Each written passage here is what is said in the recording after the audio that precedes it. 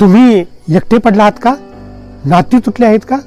तुमच्या मनात रिकामेपणा आणि वेदना भरल्या आहेत का? मग हा व्हिडिओ तुमच्यासाठी आहे. एकटं वाटणं सामान्य आहे. हे कमकुवतपणाचं लक्षण नाही, ही एक प्रोसेस आहे.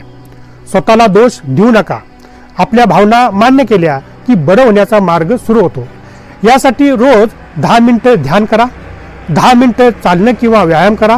रोज 5 ते 10 मिनिटं तुम्हाला जे वाटतं ते कागदावर लिहा. यामुळे तुमचं मन रिकाम होईल.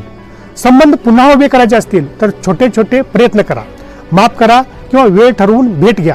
पण जर नातं विषारी असेल तर अंतर ठेवणंच बरं आहे. तुम्ही नेहमीच एकटे नाहीत. मित्र, कुटुंब, गुरु किंवा व्यावसायिक यांची तुम्हाला मदत आहे.